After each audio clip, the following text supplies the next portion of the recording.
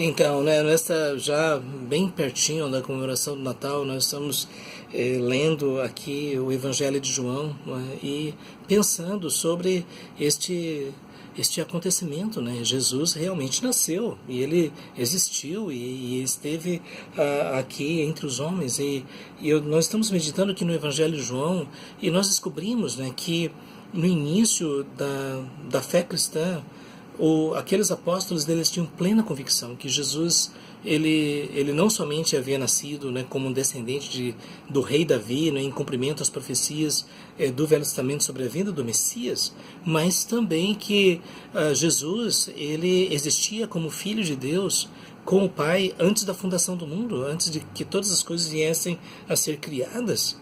E a afirmação do apóstolo João é que no Filho de Deus existe a verdadeira vida, e como nós vimos aqui, vida não é simplesmente existir, não é ter vida orgânica, biológica, mas é experimentar este contato com Deus, essa comunhão com Deus, significa esta comunhão do nosso ser com Deus, isso é vida.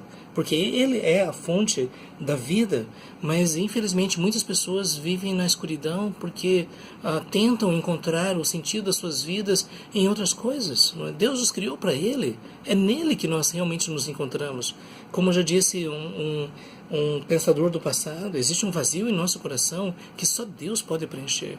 E quanto mais nós tentamos preencher esse vazio com outras coisas, nós descobrimos que nada é suficiente.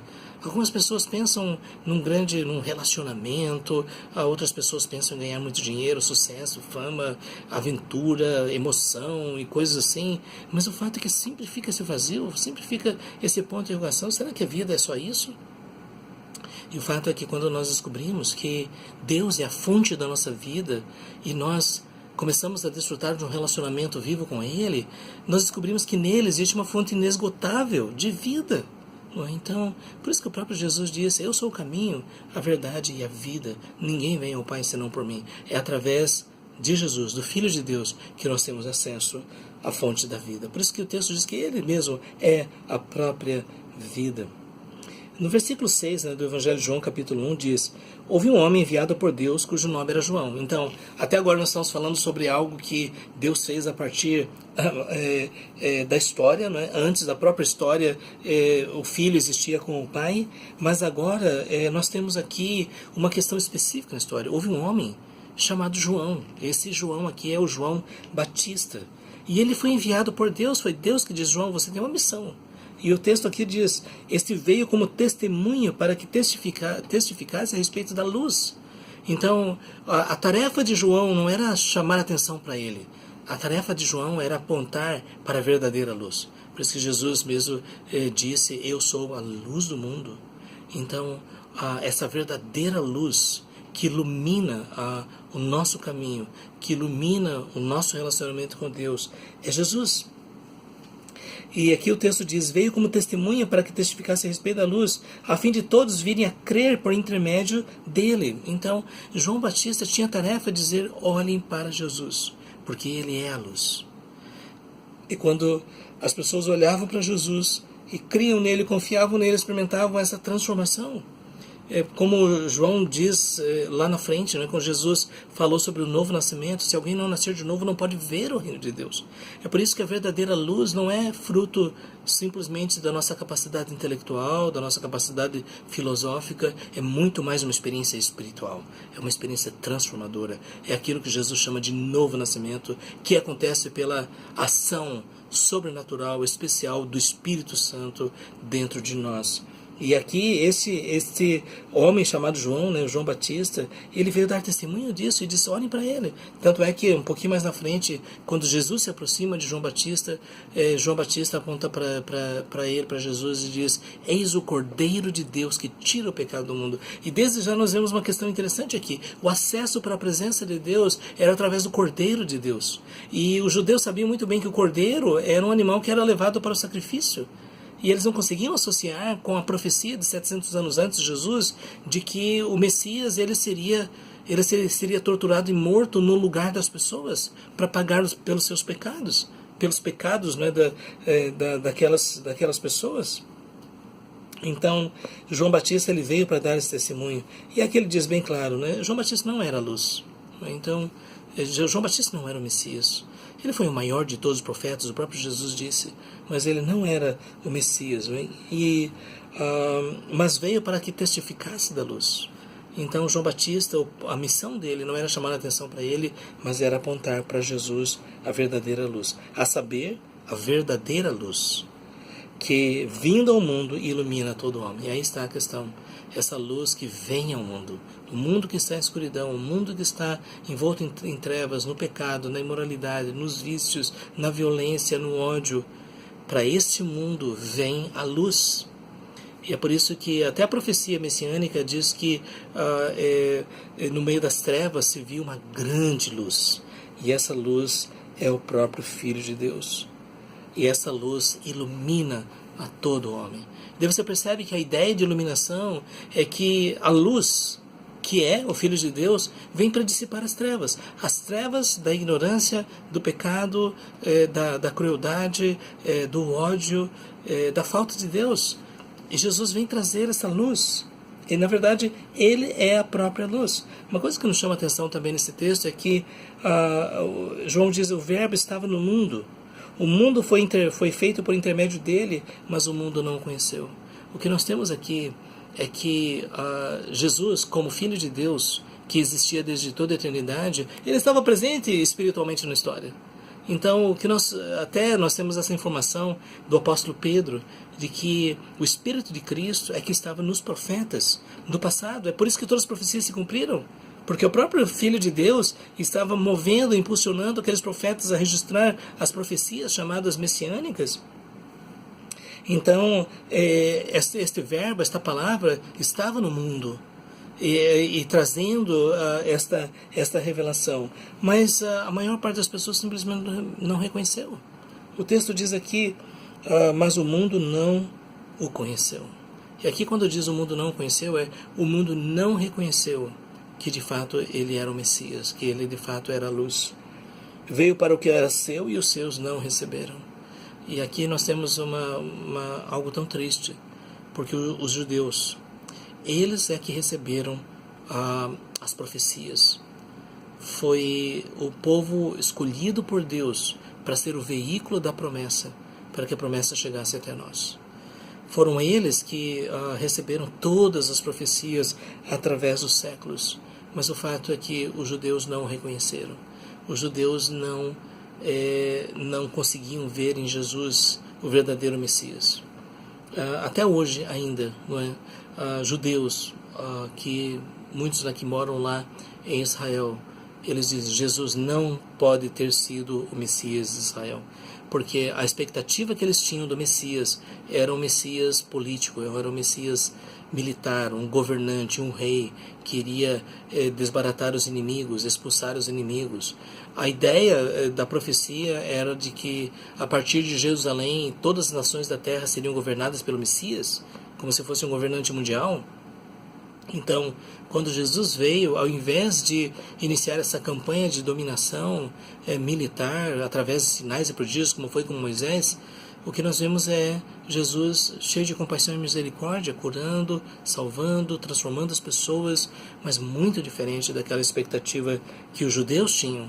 E é por isso que os judeus simplesmente rejeitaram Jesus. E eles rejeitaram a tal ponto de levá-lo ao julgamento para que ele fosse condenado à morte e crucificado. Foram os judeus que disseram diante de Pilatos: crucificam, crucificam.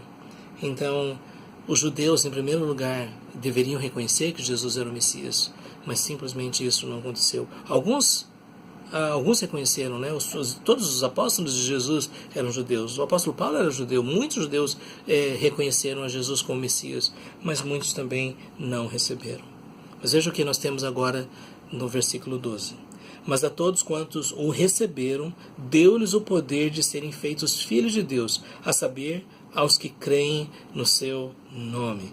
Veja bem, aqui nós temos uma afirmação muito importante. Primeiro, é de que nem todas as pessoas podem ser chamadas de filhas de Deus. Porque o texto aqui diz claramente que só pode ser chamado filho de Deus aquele que o recebeu, que recebeu a Jesus.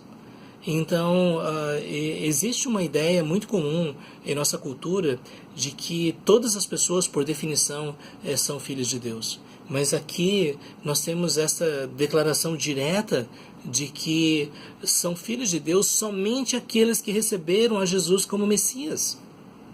Então, e aqueles que não receberam, esses não são filhos de Deus. E Jesus, ele vai até mais longe, não é? Ele fala, né, que aquelas pessoas que o rejeitaram, especialmente os líderes religiosos da época, eles eram os filhos do diabo, porque na verdade eles simplesmente se recusaram a reconhecer em Jesus a verdadeira luz, o verdadeiro Messias. Então nós precisamos dizer que as pessoas não nascem como filhos de Deus. Ser filho de Deus é algo que acontece depois da fé. É isso que o texto diz aqui, aos que creem no seu nome. Então, para que alguém seja filho de Deus, não é simplesmente participar de uma igreja ou nascer dentro de uma cultura religiosa. Para alguém ser filho de Deus, é necessário que essa pessoa receba Jesus, receba o Filho de Deus. É isso que o texto está dizendo aqui. É necessário que essa pessoa creia no nome de Jesus. Então, fica claro aqui nesse texto, não é, que ninguém é automaticamente filho de Deus. Uma pessoa pode se tornar, um ser humano pode se tornar filho de Deus no momento em que ele crê em Jesus. A partir daí, ele é filho de Deus. É por isso que nós temos na Bíblia o conceito de adoção, porque é lógico que só Jesus era filho de Deus no sentido essencial da palavra. Jesus era filho desde toda a eternidade. Mas nós podemos ser feitos, essa expressão aqui, nós podemos ser feitos filhos de Deus. Como é que alguém é feito filho de Deus?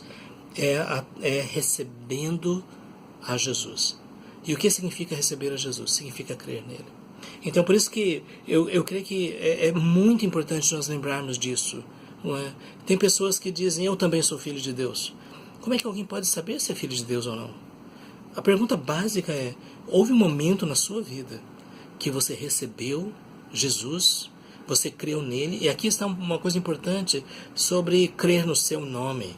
Porque crer no seu nome significa não somente crer que Jesus existiu, ou nem simplesmente dizer Jesus era o Filho de Deus, mas crer no seu nome significa crer em quem ele era, qual é a missão que ele veio cumprir e colocar toda a confiança nele. Crer é algo muito mais profundo. Por isso que crer no nome significa crer no nome de Jesus. O Senhor salva, isso significa o nome de Jesus. Cristo, o Messias, o ungido, o prometido. Então significa uma absoluta confiança na pessoa de Jesus. E isso que significa receber. Hoje em dia, nós vemos muitas vezes essa linguagem, você aceita Jesus? E é interessante, né, que essa linguagem não é usada na Bíblia. Porque Deus não está como que mendigando a atenção das pessoas. Receber aqui não é simplesmente dizer, tá bom, eu aceito. Mas significa reconhecer a necessidade de ser feito filho de Deus. E essa necessidade, ela só é percebida quando nós reconhecemos que nós somos pecadores, que nós merecemos o julgamento de Deus e que sem a salvação de Deus nós estamos perdidos.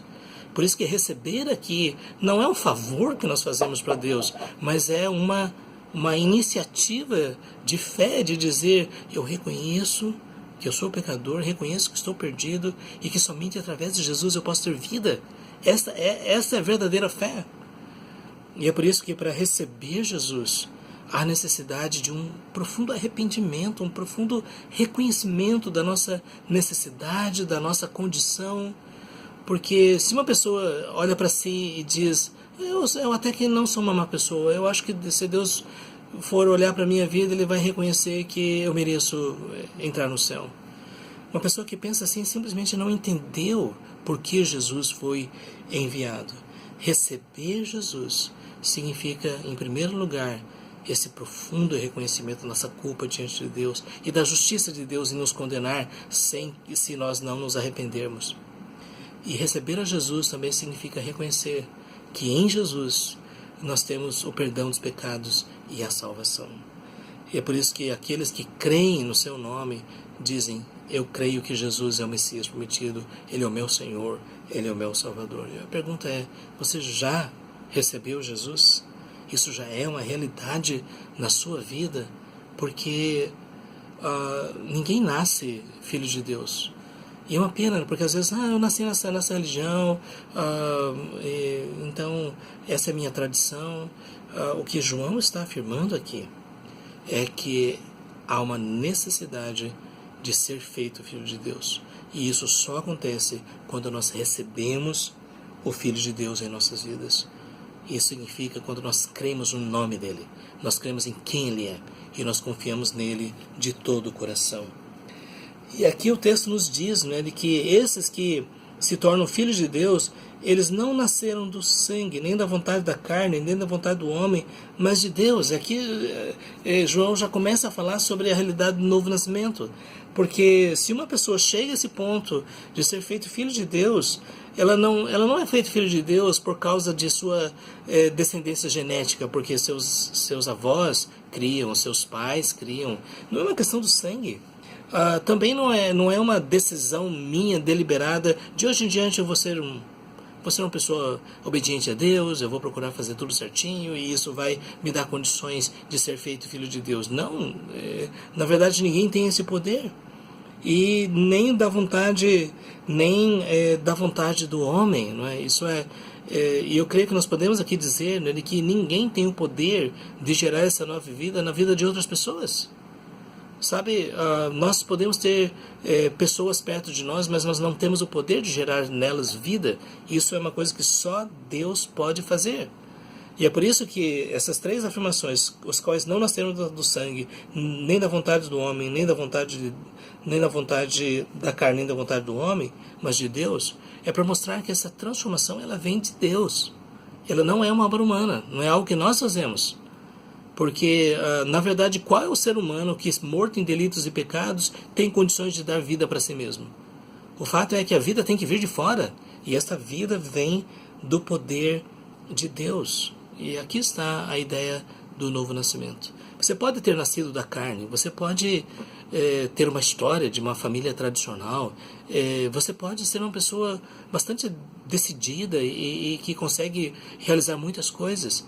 Você pode até ser uma pessoa que tem uma boa medida de bondade e compaixão e procura ajudar as pessoas ao seu redor. Você pode ser alguém que consiga até influenciar significativamente muitas pessoas. Mas nada disso é suficiente para produzir esse nascimento espiritual. Porque o nascimento espiritual é algo que só Deus pode fazer. É por isso que quando uma pessoa ela chega a receber Jesus, a crer nele, nós podemos dizer que isso é uma manifestação do poder infinito de Deus, gerando vida. Por isso que Jesus disse lá em João capítulo 3, se alguém não nascer de novo, não pode ver o reino de Deus. Quero dizer para você nesta noite, não é porque alguém frequenta a igreja, ou faz certas coisas, ou deixa de fazer outras coisas, que isso faz com que ela possa ser chamada de filha de Deus. É quando alguém nasce de Deus. Quando a pessoa nasce de Deus, a partir daí, então, ela realmente tem a verdadeira vida. E essa é a pergunta que nós precisamos fazer, cada um de nós, se nós já nascemos de Deus. Inclusive, quando Jesus estava conversando com esse grande mestre de Israel, chamado Nicodemos, e Jesus disse que é necessário nascer de novo, Nicodemos disse, como é que isso acontece? Eu posso voltar para o ventre da minha mãe e nascer de novo? E Jesus está dizendo, você não está entendendo, você tem que nascer da água e do Espírito. E a ideia aí é uma lavagem espiritual, é o Espírito Santo como água viva que vem para a alma humana e remove o pecado, a iniquidade, a culpa e faz dessa pessoa uma nova criatura. E Jesus disse, se alguém não nascer de novo, não pode ver o reino de Deus. Aí até surge a pergunta, né? Como é que a gente sabe que alguém realmente nasceu de novo? Aliás, como é que eu posso saber que eu nasci de novo? Que eu já sou uma nova criatura? Que eu estou dentro do grupo desses que Jesus disse, esses nasceram de novo? Como é que eu posso saber disso? E não tem como a gente medir por nossa religiosidade, por nossas tradições religiosas, nada disso. E eu creio que existem algumas coisas que podem nos ajudar a fazer essa autoanálise, né? Como é uma pessoa que nasceu de novo? Em primeiro lugar, quando a gente lê os evangelhos, é alguém que encontra alegria e felicidade num relacionamento vivo com Deus. Então, alguém que nasceu de novo encontra em Deus a verdadeira alegria. E simplesmente a coisa que pode mais entristecer um verdadeiro filho de Deus é quando o filho de Deus peca, desobedece a Deus, porque isso de alguma forma afeta o relacionamento, afeta a comunhão. Alguém que está vivo espiritualmente deseja cultivar um relacionamento vivo com Deus. E esse relacionamento vivo acontece através da oração. Alguém que está vivo ora. Porque orar não é uma reza, não é uma espécie de fórmula mágica que a gente pronuncia, tipo abre-te sésamo ou qualquer coisa assim. Oração é um relacionamento pessoal com Deus. E não é simplesmente jogar palavras para o ar, mas significa experimentar a presença de Deus num relacionamento. Alguém que está vivo, ele tem essa experiência de um relacionamento com Deus. Em segundo lugar, alguém que está vivo tem uma profunda sensibilidade em relação ao pecado. Aqueles que estão mortos espiritualmente mentem e enganam e fazem tudo que não presta, se corrompem, são corrompidos e simplesmente não se preocupam com isso. São imorais, são muitas vezes idólatras, são pessoas entregues a todo tipo de licença sexual e não se preocupam com isso. Mas alguém que está vivo tem uma sensibilidade. Na verdade, quem está vivo sente aquilo que nós chamamos de convicção de pecado. Que quando nós desobedecemos a Deus, nós ficamos profundamente tristes, porque isso é uma quebra de um relacionamento. E o pecado, ele não é visto simplesmente como uma falta de conformidade com alguma norma e regra da religião ou da igreja, mas é uma ofensa pessoal. É uma ofensa pessoal ao nosso Pai, que nós amamos. E essa é uma forma totalmente diferente de ver o que é pecado. As pessoas brincam com esse conceito de pecado, mas que realmente quem está vivo sabe que pecado é algo tão sério e que a única forma de resolver isso é confessando, reconhecendo e buscando uma reconciliação com Deus. Outra coisa que nos chama a atenção é que alguém que realmente está vivo tem fome. E fome espiritual, o desejo de se edificar. Nós podemos dizer, não é, que uma das principais características de alguém que nasceu de novo é o desejo de ler a Bíblia. E aqui está um fenômeno interessante, não é? Porque há pessoas que o tempo todo tentaram ler a Bíblia e não entendiam nada. No momento que nasce de novo, a Bíblia se torna um livro aberto e se torna um alimento. É muito comum quando alguém nasce de novo de não conseguir nem parar de ler a Bíblia, porque tudo faz sentido, é alimento espiritual e fortalece. Por quê? Porque quando você está vivo, o Espírito Santo que inspirou os escritores bíblicos é o mesmo Espírito Santo que habita em você, e por isso agora existe um ponto de contato entre a sua alma e a Bíblia, porque o Espírito Santo é aquele que nos dá compreensão, percepção das verdades de Deus. Você já nasceu de novo? Você tem fome da palavra? Outra coisa é a questão do amor, da compaixão. Você deixa de ficar buscando os seus próprios interesses e você sente o desejo realmente de fazer diferença na vida de outras pessoas. Você deseja principalmente que essas pessoas também tenham a mesma experiência que você teve e você vai dedicar a sua vida a isso. Quando alguém está vivo, realmente tem o desejo de compartilhar o Evangelho. E também tem o desejo de servir, tem o desejo de fazer a diferença na vida de outras pessoas. E quem nasceu de novo fica almejando o dia em que vai entrar na glória, que vai viver eternamente na presença de Deus. Quem realmente está vivo espiritualmente anseia pelo dia em que vai receber a eternidade e vai existir para sempre. Eu só estou mencionando essas coisas. Por isso que eu quero dizer, se essas coisas que eu falei não são realidades na sua vida, você não consegue ver isso com clareza, é muito importante que você busque a presença de Deus até que você tenha segurança em relação a isso. Porque nós podemos dizer que muitas pessoas que frequentam igrejas ainda não nasceram de novo. E Deus você está julgando. Não é uma questão de julgar, mas o que nós podemos dizer é que realmente existem muitas pessoas que não têm desejo de relacionamento com Deus, não sentem convicção de pecado, não sentem o desejo de orar, não sentem o desejo de ler a Bíblia, não sentem o desejo de servir, vivem uma vida secularizada, vivem em função das coisas deste mundo. Tudo isso é sinal de que essa pessoa não tem vida, porque aquele que está vivo não vai manifestar essas coisas como o pecado, o secularismo, a vida pro aqui e agora.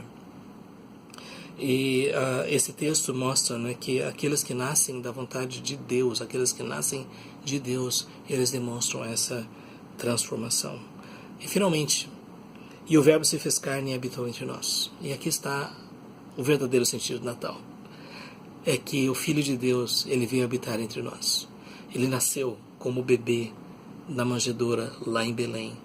E ele se fez carne. Ele assumiu a natureza. Ele comeu a nossa comida, vestiu a nossa roupa, andou por nossas ruas e, principalmente, ele aceitou morrer na cruz em nosso lugar para pagar pelos nossos pecados. É por isso que ele veio fazer a sua habitação, ele veio fazer o seu templo entre nós, cheio de graça e de verdade. O que nós encontramos é graça nele, e nós encontramos verdade. Nós não merecemos, mas ele nos concede salvação.